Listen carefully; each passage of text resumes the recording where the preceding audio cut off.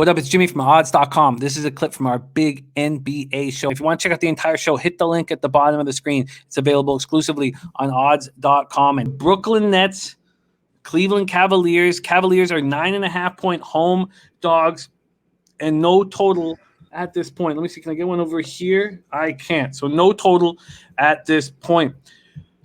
Brooklyn 9-6, 2-2 on the road at the Cavs, 6-7, 3-3 at home. We're at Rocket Mortgage Fieldhouse in Cleveland, Ohio. Nets, and also I've now moved to pace for the last 5 games. I feel like we're through enough of the season that I should cut out that early chunk of the year and now focus on 5 games at a time, which I plan to do for the rest of the season. And as soon as I make that switch, I start betting more totals. So that has happened.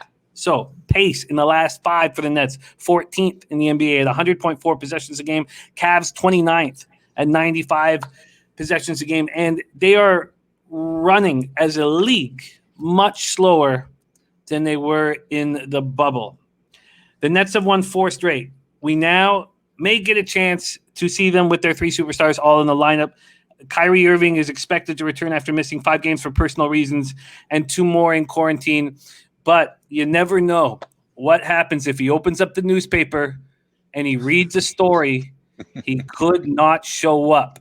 You can't have faith in Kyrie Irving if you're a Brooklyn Nets fan. Kyrie Irving.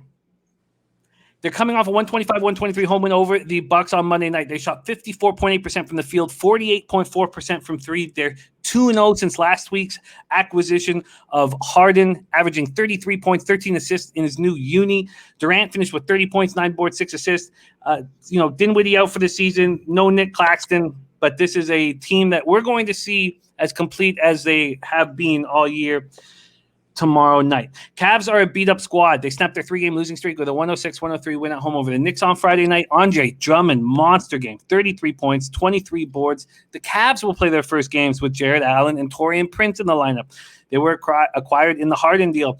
Jared Allen will likely bounce JaVale McGee from the lineup, but Bickerstaff has said that nothing's going to change with Drummond. He's the number 1 guy. And in practice, they were using Drummond and Allen together, but let's wait and see if they actually do that.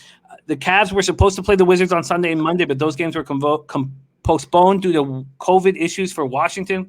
Over the last 10, this Cavaliers team averaging 92.6 points, shooting 42.1%, while their opposition is averaging 102.4 and hitting 46.3%.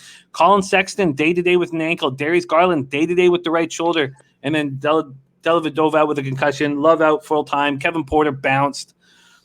At this point, you have to cap it, and I'll hear you guys, if you guys agree with this, you have to cap it with Sexton and Garland out of the lineup. But it's a very interesting spot we open the card up. We'll start with Trot Wham, Brooklyn Nets, Cleveland Cavaliers, Nets 9.5-point favorites. Now, officially, just before we got on the show, they were both listed questionable. So Garland and Sexton are listed questionable. I think Dellavedova is already out, though, so we can X him out. That is interesting, though, Jimmy, because before you said, like, these guys are going to be all the way dialed up, feeling good there on the Brooklyn Nets behalf. But let's just say, like Jimmy says, like when the guy's coming in off of a injury or anything, coming back into the lineup, it typically messes up the team. I'm kind of looking at for the Nets in here. I don't want to go against Jared Allen on a revenge game. I mean, he's saying that he feels wanted. Feels good to be wanted right now. They're running with him on the practice. Now, this is James Harden's first practice, though, today. He got his first practice with the Nets today. That gives me a good indication that maybe those turnovers will start to go down, like he mentioned after the game or whatever. I wouldn't lay the 9, though. 9.5. That's a premium price for a team that you don't know anything about. I do expect them to play really well and to keep that pace going up. So as far as you saying they're being in the middle of the packing pace, I think that pace goes up a lot with Kyrie in the offense. So I like this total over if we could get something around 220, something around that range. But if we ain't getting nothing around there, I'm off this game, honestly. Cavs team is not putting up points. I wonder if Jared Allen and Taurean Prince can speed them up. But I think to hit over any total, you need Garland or Sexton in the lineup. Let's hear what Dutch Boy Fresh plans to do. Brooklyn Nets, Cleveland Cavaliers.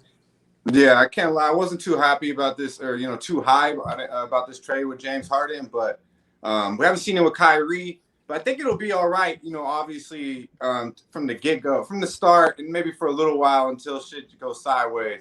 I definitely believe that we can make some money off this team in the regular season, though. I think James is going to kind of take his back seat when Kyrie comes back, and this being in Cleveland, I think Kyrie's going to have a great game as well. I like what I see out of Brooklyn. I ain't gonna lie. James sharing the ball. Joe Harris is stroking it. He's getting wide open shots with KD and Harden on the court. Now imagine with Kyrie back. I mean, he'll probably won't have anybody in the picture when he shoots, and he's like almost automatic. I could only look the Nets here. Now the Nets are actually 8-3 ATS in their last 11 versus the Cavs. So don't matter who's suiting up for Brooklyn. They've been covering against Cleveland, and they're also 9-4 ATS in their last 13 on the road. 4-1 ATS in their last 5 on 1 day's rest. Now the Cavs are 0-6 ATS in their last 6 at home versus the Nets. 2-5 ATS in their last 7 games. And also what I'm saying is the Nets are simply just a better team. They're plus 20 in points. They shoot 5 to 6% better from the 3-point line and also 7% better from the field. I just think it's a big time matchup difference here with the Nets. I could only look the Nets here. What's the best line we have out there? I was actually wanting to get it maybe first quarter, first half. I don't know if I want to lay. I was looking at 9 before I came on, Jim. You said 9.5. Yes, it's moved to 9.5. The 9s came out very, very briefly, but for the legal licensed books, we just have FanDuel and Bet365 up right now, and 9.5 at each. And we don't have first quarter, first halves at this point, but if you were interested in Nets first quarter, first half, let me know as soon as it's available, and we can make that official. So if I could get a first quarter like -4, I think that'd be pretty nice. I don't know if we can maybe get that. I think if the full game total at 9.5, you'll definitely get that. Yeah, I can get under 4 for sure. So I would like that, but we'll touch on that. I don't want to lock in. Man, I think they're going to win this game by 15, 20 points, to be honest with you. But there's a lot of games on this card, so we'll come back and look into that first quarter as well. See if I can't get like a 3.5. Anything under 4, I like for sure. All right. Well, I'm just going to leave that note here. I do think this will probably go up too if Sexton or Garland are ruled out because they're both questionable, like Wham said. Dutch first quarter and wanting anything under 4, but you would take 4? Mm-hmm. I would, Jim.